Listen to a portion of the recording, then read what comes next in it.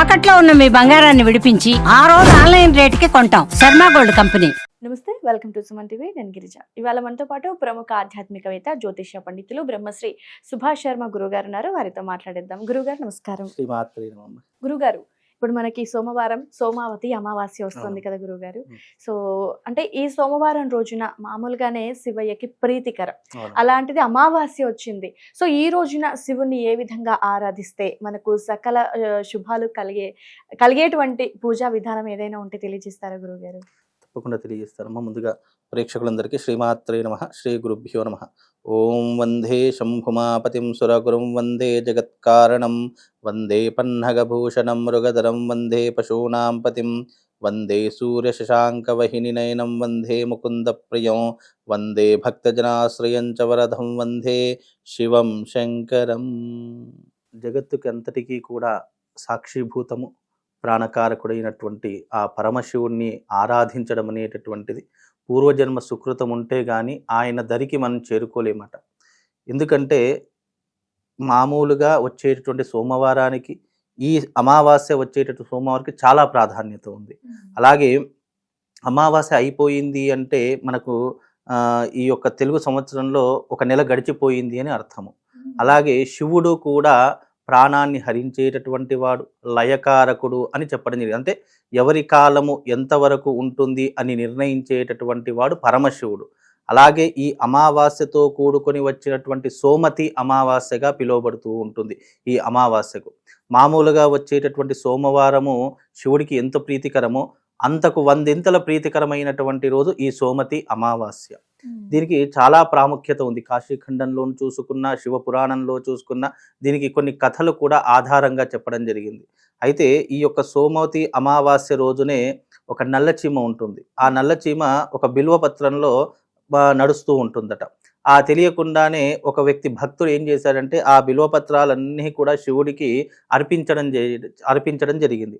అయితే ఆ నల్లచీమ ఎటు వెళ్ళాలో తెలియక శివుడి చుట్టూ ప్రదక్షిణ చేసిందట. 3 ప్రదక్షిణలు చేస్తే ఆ యొక్క చీమ వచ్చే జన్మలో కాశీరాజుకి పుత్రికగా పుట్టిందట. అంటే తెలియకుండానే చేసింది.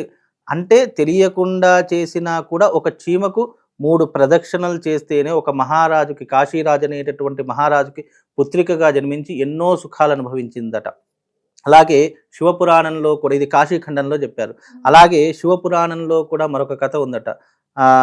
శివపురాణంలో ఏం చెప్పారంటే 2 కాకులు ఈ సోమతి అమావాస్య రోజునే ఆలయం చుట్టూతా ప్రదక్షిణ చేశాయట తెలియకుండానే. అవి 2 కూడా మరొక జన్మలో మంచి పండితులుగా జన్మించి, వేదమూర్తుల ద్వారా జన్మించి ఆ రకమైనటువంటి ఎన్నో రకాలైనటువంటి విజయాలను సాధించినటువంటి గొప్ప దాఖలాలు కూడా ఈ యొక్క కాశీ పురాణంలో చెప్పడం జరిగింది. అంటే ఇక్కడ శివపురాణంలో, కాశీఖండంలో చెప్పినటువంటి పురాణాల కథ ప్రకారం మనం తెలిసి చేసినా తెలియక చేసినా శివారాధన అనేటటువంటి ఒక ఆరాధన వల్ల మనకు ఎన్నో జన్మల పుణ్యం కలుగుతుందట. అలాగే ఇలా మనకు ఒక్కొక్క విధానంలో ఒక్కొక్క ప్రాచుర్యత సంతరించుకొని ఉంటుంది. అలాగే ఈ యొక్క సోమతి అమావాస్య పరమ పవిత్రమైనటువంటి రోజుగా భావన చేస్తాం.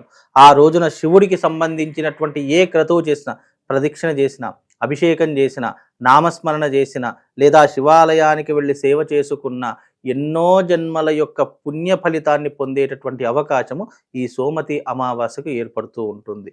అలాగే ఈ సోమతి అమావాస్య రోజున కూడా చంద్రుడు శివుడికి ప్రదక్షిణ చేసి తన యొక్క రోగాలను దూరం చేసుకున్నాడట అని కూడా పురాణంలో చెప్పడం జరిగింది. అంటే శివుడికి సోమతి అమావాస్య రోజున అభిషేకించినా, అర్చన చేసినా, పూజించినా దాని యొక్క పుణ్య ఫలితం పూర్వజన్మ పాపాన్ని అంతటినీ కూడా నశింపజేస్తుంది. మనం చాలామంది కొన్నిసార్లు అనుకుంటాం, అయ్యో ఏ జన్మలో ఏ పాపం చేశామో ఇలాంటి కర్మను అనుభవిస్తున్నాము, అయ్యో ఏ జన్మలో ఏ పాపం చేశామో ఇలా దారిద్ర్యం అనుభవిస్తున్నాము, ఇలా రోగాలు అనుభవిస్తున్నాము అని మనలో మనమే అనుకుంటూ ఉంటాం. మనము తెలిసి తెలియక ఇప్పుడు మనకు జన్మకు వచ్చిన తర్వాత, మనకు ఊహ తెలిసిన తర్వాత మనకి ఎవరికి అన్యాయం చేయము, అయినా కొన్ని కష్టాలు మనకు ఆటోమేటిక్గా దెబ్బలు తగులుతూనే ఉంటాయి. అలా తగిలినప్పుడు మన మనసులో ఒక చిన్న థాట్ వస్తుంది, అయ్యో ఏ జన్మలో ఎవరికి అన్యాయం చేశానని. అలా జన్మల పాపాన్ని తొలగించేటటువంటి అవకాశము ఈ సోమతి అమావాస్యకి ఏర్పడుతూ ఉంటుంది. అందుకే ఈ సోమతి అమావాస్య చాలా ప్రత్యేకమైనటువంటిది.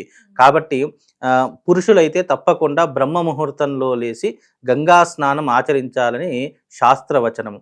లేదు అని అంటే గనక ఇంట్లో స్నానం చేసేటటువంటి వారు గంగే చయమునే చైవ గోదావరి సరస్వతి నర్మదా సింధు కావేరి జలేస్మిన్ సన్నిధం కురు అనేటటువంటి శ్లోకాన్ని చెప్పుకొని స్నానం చేస్తే గనక అన్ని నదుల స్నానాలు చేసినటువంటి పుణ్య ఫలితం కలుగుతుంది. అది కూడా బ్రహ్మ ముహూర్తంలోనే చేయాలి. బ్రహ్మ ముహూర్తం అంటే సూర్యుడు రాకమునిపే, అంటే సూర్యుడు రాకమునుపు ఏదైతే మనం స్నానం ఆచరిస్తామో అది బ్రాహ్మీ స్నానము అని చెప్పడం జరిగింది. ఆ సమయంలో స్నానం ఆచరించి చక్కగా శివాలయానికి వెళ్ళి అక్కడ ప్రదక్షిణ చేసుకొని చక్కగా శివుడికి అభిషేకం చేసుకుంటే చాలు, మనకి ఎన్నో రకాలైనటువంటి దారిద్ర్యాలు ఉంటాయి. ఆ అష్ట దారిద్ర్యాలు తొలగిపోవడానికి ఇది చాలా అనువైనటువంటి మార్గం. అలాగే స్త్రీలు, ఆ రోజున స్త్రీలు ముఖ్యంగా ఆచరించవలసినటువంటి నియమం ఏంటంటే రావి చెట్టుకి 108 ప్రదక్షిణలు చేసుకోవడం చాలా ఉత్తమం.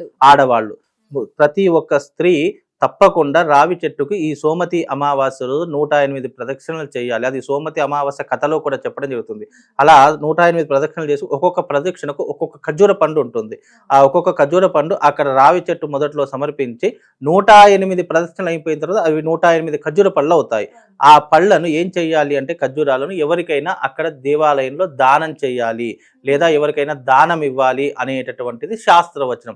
ఇలా చేయడం ద్వారా భార్యాభర్తల మధ్య ఉన్నటువంటి అన్యోన్య దాంపత్యం మరింతగా పెరిగి వాళ్ళిద్దరూ కూడా అన్యోన్యంగా ఉండడానికి కూడా అది సాక్షిభూతంగా ఉంటుంది.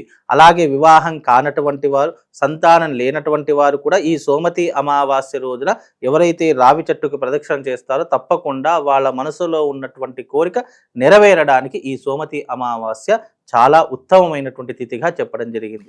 ఏ సమయంలో చేస్తే మంచిది అంటారు? ఏదైనా కూడా బ్రహ్మముహూర్తము, ఉదయకాలం చేయడం చాలా విశేషము.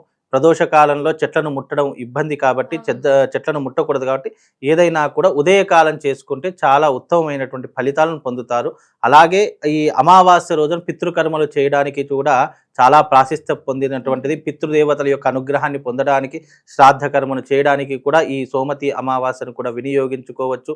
శివపురాణంలో సృష్టి స్థితి లయకారకుడైనటువంటి శివుడు లయకారకుడు కాబట్టి వాళ్ళకు మోక్షం ప్రసాదించాలి అనుకున్నా కానీ ఈ యొక్క సోమతి అమావాస్య రోజున ఎవరైతే తర్పణం ఆచరిస్తారో, లేదు గంగా స్నాన విధిని ఆచరిస్తారో, శ్రాద్ధ సపిండి కర్మను ఆచరిస్తారో, లేదా పితృదేవతలకు నైవేద్యం పెడుతూ ఉంటారు, అలాంటి నైవేద్యం పెడతారో వాళ్ళందరికీ కూడా సద్గతులు కలుగుతాయి.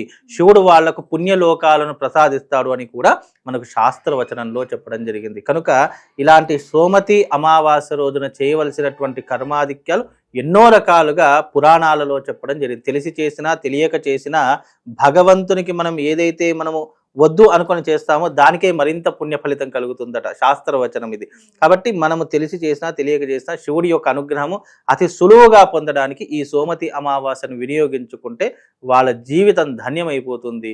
పరమశివుడి యొక్క సంపూర్ణమైనటువంటి అనుగ్రహం కలుగుతుంది. అలాగే కలగడంతో పాటు వీలైతే ఆ రోజున శివుడి యొక్క అష్టోత్తరం చదువుకోండి, లింగాష్టకం చదువుకోండి, లేదా 12 జ్యోతిర్లింగాల నామస్మరణ చేసుకోండి.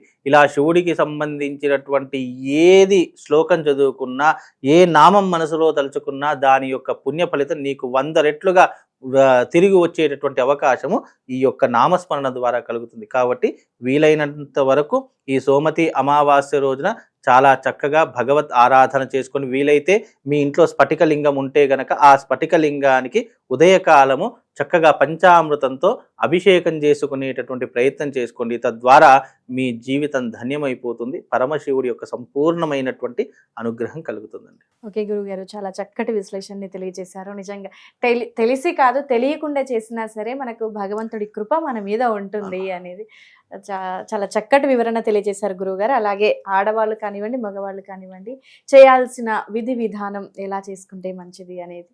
ధన్యవాదాలు గురువుగారు. శ్రీమాత.